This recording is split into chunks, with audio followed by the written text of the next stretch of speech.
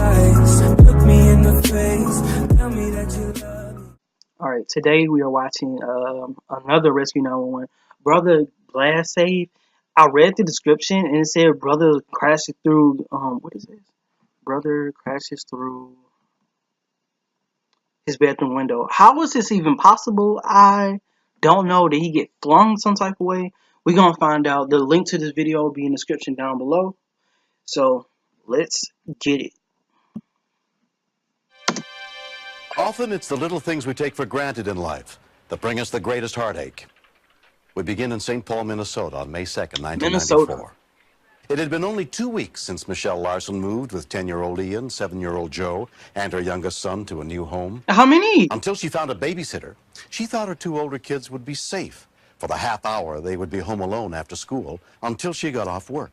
That's okay. Depending by law situations, it's okay. Nice sneakers, by the way. The white one. Nice ones. Look at that. Isn't that cool? Yeah. We do a lot of stuff together. We ride our bikes. Yeah, sure. We play that. Sometimes I ditch him, and sometimes I try to ditch him, and he can catch up to me. It wasn't the funnest. Look at this. Okay. We have music Instead of- today. What? No, I liked it. It's kind of getting boring. Don't you think? Quit pushing me. Oh shit. Okay, so this is how. But I can shut iron. Come on, Ross. Come on, Ross. Yeah, you're bigger, Ross. He started it though. Yeah, I'm bigger than Ross. Yeah, you are. Our 3 beds are right next to each other, like really close together. They're easy to jump on. It's just like a big trampoline. Okay. That's how it was when I was little too. I used to jump in the bed. Somebody asked me that recently though. Come on, sister. Not now. Come on. Oh shit. Joe. Shit. Fuck. For the first couple of seconds, I felt like I was dreaming, kind of. Just sit down on the stool, okay? I put his arm on the inside of the tub and Fuck, told this him to nigga's hold the leaking. towel on it pretty tight so that the blood wouldn't come out as fast. I never thought that glass could do that much. Now you know. This is on some horror movie type shit. When we continue, The crying had stopped. It sounded pretty ominous that he possibly was losing consciousness. Anybody else there with you or not? No. All right. I'm scared. His ass is laid out.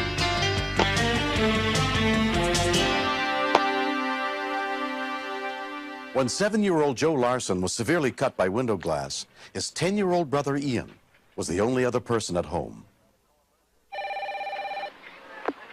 Fire and medical emergency. The actual call. Really bad. He got the window. Okay, what address is he at? 10th Street. Okay, we're going to send an ambulance, but don't hang up the phone, okay? I won't. How old is your brother? He's 7.5. Okay, and what happened? He knocked the window open. Okay, No, you not. Well, Yeah, both of really y'all. bad. Where? Where from? His shoulder, sort of, his All right. arm. Is anybody else there with you? No, And how old are you? 10.5. All right, here's what we're going to do. You're going to get a towel or a cloth, Uh-huh. and He did that we're going already. to get your brother to calm down a little bit, and you're going to take that and put it on his shoulder where he's bleeding, Okay. and hold it there, okay? Okay, really tight? Yep. Is Yeah. the blood squirting out, or is it just bleeding pretty good? It's squirting out. Okay. Oh, I think it stopped a little. Good. No, Why don't you he's get falling him and out. Get the towel and come back to the phone, okay? Okay. Fuck, get the center fucking St. thing. Paul Fire Dispatcher Patrick Twist was handling the call. In my experience, a child will describe any bleeding as a lot of bleeding. No, he's not lying. I You could hear need the to send victim somebody real crying quick. in the ASAP. background, so I wasn't expecting it to be a real serious cut. Nice neighborhood, though.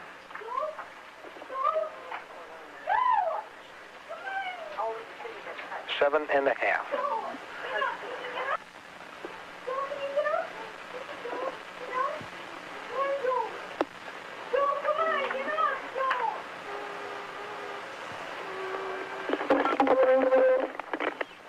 He's moaning a little and he's not getting up. Okay, listen.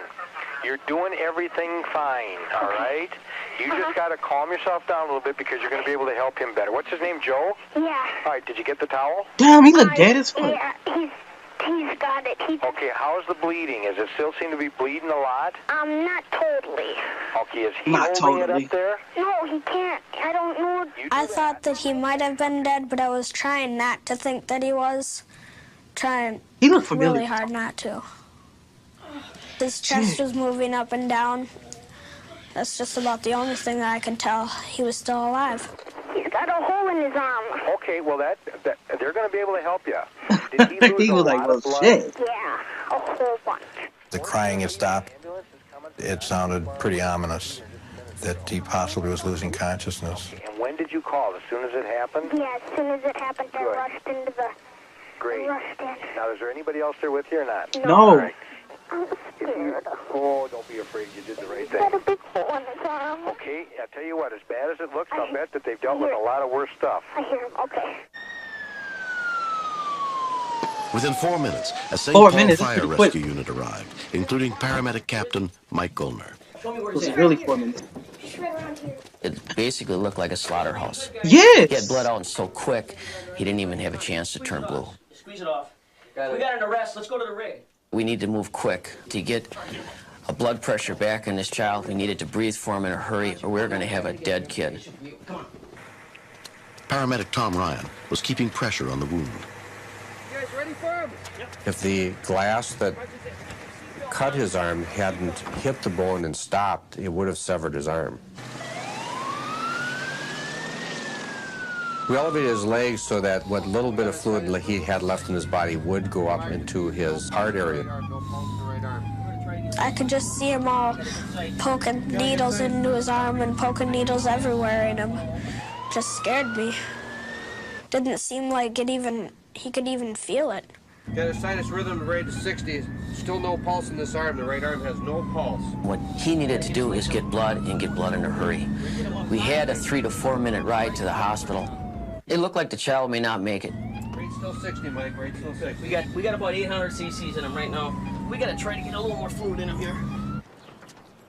Joe's mother, Michelle Larson, She rushed late? home from work Well, I mean- as soon as she was notified.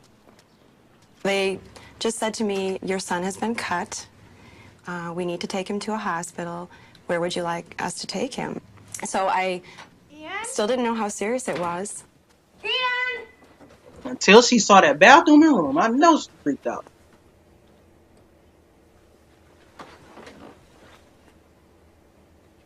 Judging by the amount of blood and the size of my son, all I could think of was, I hope they made it.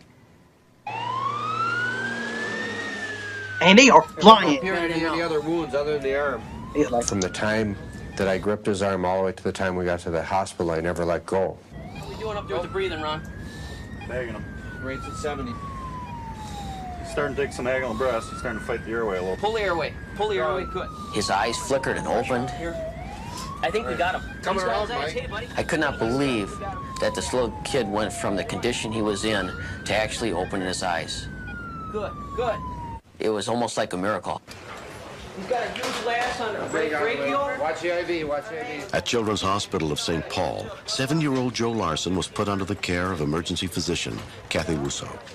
This boy probably lost about 40% or a little more of his blood volume. Damn! So we were worried that he could have kidney failure. He could lose his arm.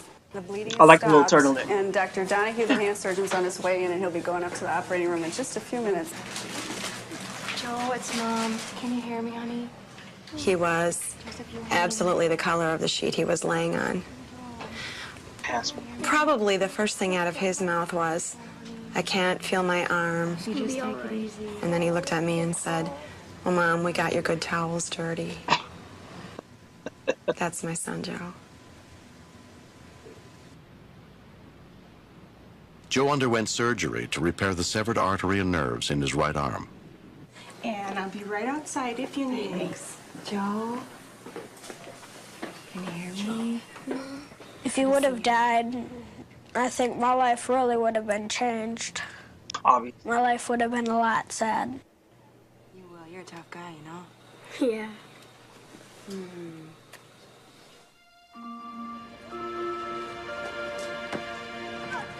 It's been a year since Joe was injured. I couldn't feel anything in my right arm, and it felt kind of funny on my left one because I had an RV in it. I can't. Now my arm's a lot better because I can play basketball and stuff, and hockey, my two favorite sports. Oh, stop. Children will rehabilitate themselves just through play. Hockey stick through it. A hockey yin-yang? He has some trouble with fine motor function in the fingers, but he's adapted very well, given the circumstances. Maybe we should have ordered a pizza, huh? Yeah, it would have been good. Pepperoni and extra stinky stuff. I didn't realize how serious this was until the next day. I can't listen to that tape. He crying. Not many of them get me like that, but that one. Because I see the hole in his arm, and I see the massive blood loss that I didn't really appreciate at the time of the incident.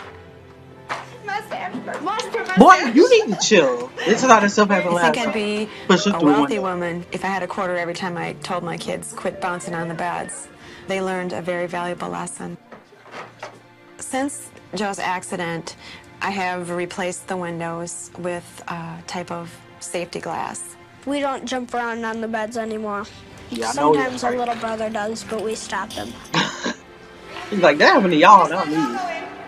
The most awful thing kept occurring to me afterwards. I was at work and had my son called work instead of picking up the phone and dialing 911. I don't believe Joe would be here today. He didn't have an extra minute. We're a little closer now that this has happened. I stick up for him a little more. My brother's a butt wipe, but now I like him because he saved my life. If he wouldn't have known what to do, then I would have been dead right now. I would have had a grave that said, R.I.P., rest in peace. And that's not good. Okay, I'm gonna live.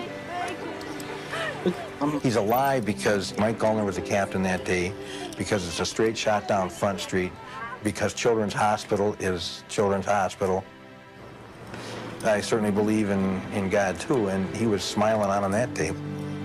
But he was smiling on him because his brother picked up the phone and he called us.